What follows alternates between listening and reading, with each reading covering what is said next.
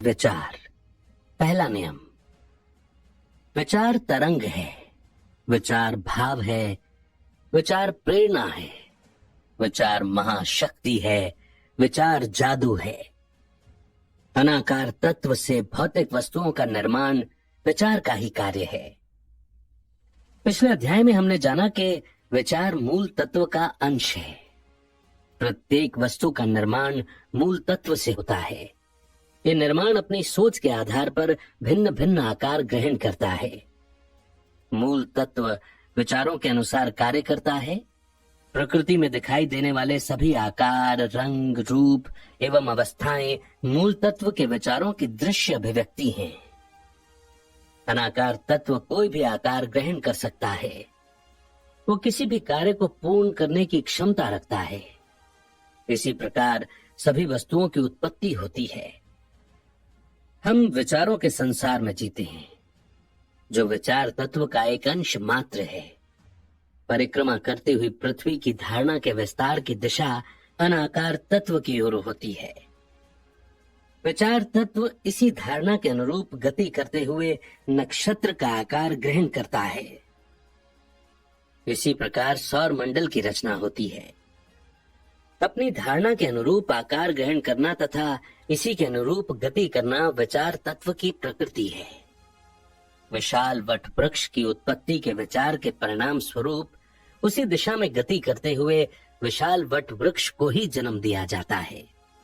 फिर चाहे इस प्रक्रिया के पूरे होने में कितना ही समय क्यों न लगे, निर्माण के लिए अनाकार तत्व एक पूर्व निर्धारित कार्यक्रम का पालन करता है, न कि अवस्था परिवर्तन के द्वारा वृक्ष का तुरंत निर्माण।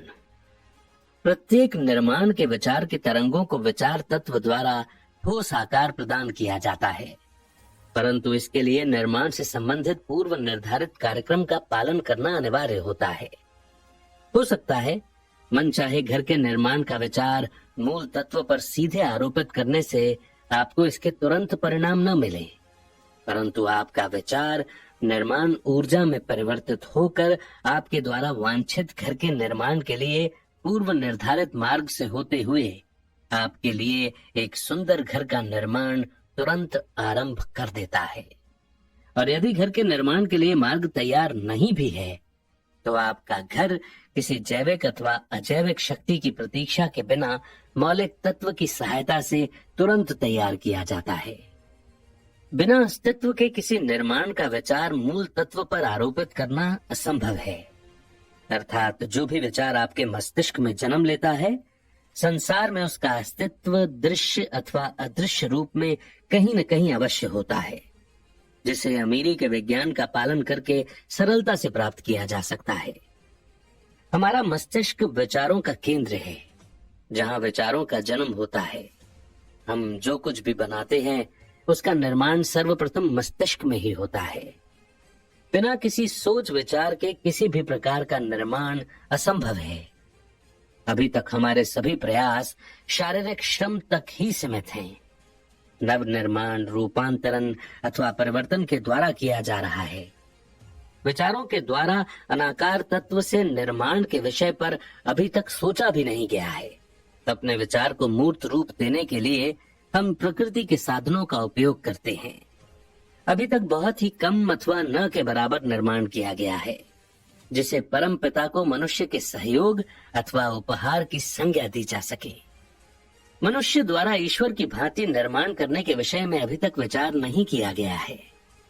शारीरिक श्रम के द्वारा हम रूपांतरण, दोहन तथा परिवर्तन में ही व्यस्त हैं, परंतु अपनी क्षमताओं, अनंत संभावनाओं तथा प्रतिभा के द्वारा नव निर्माण के विषय में अब सोचा जाना जरूरी हो गया है।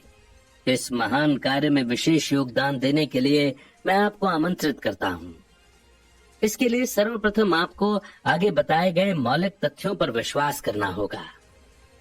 सभी वस्तुओं का निर्माण मूल तत्व से हुआ है। भिन्न भिन्न दिखाई देने वाली सभी वस्तुएं एवं अवस्थाएं एक ही तत्व की विभिन्न अभिव्यक्ति मात्र हैं।